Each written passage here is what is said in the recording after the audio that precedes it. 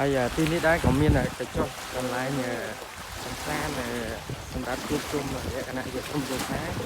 អាចជួបជុំបានខាងកញ្ចក់ខាងទៅសួរស្វែង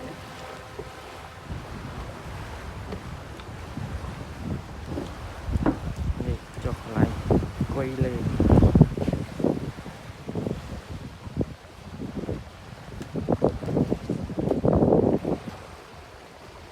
សម្រាប់ដាច់ភ្លើងបាទ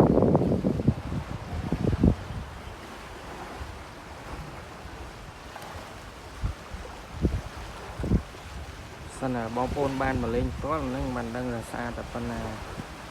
ហើយខ្ញុំថតជាមួយផ្នែកមួយជ្រុងតូចទេណាបងប្អូន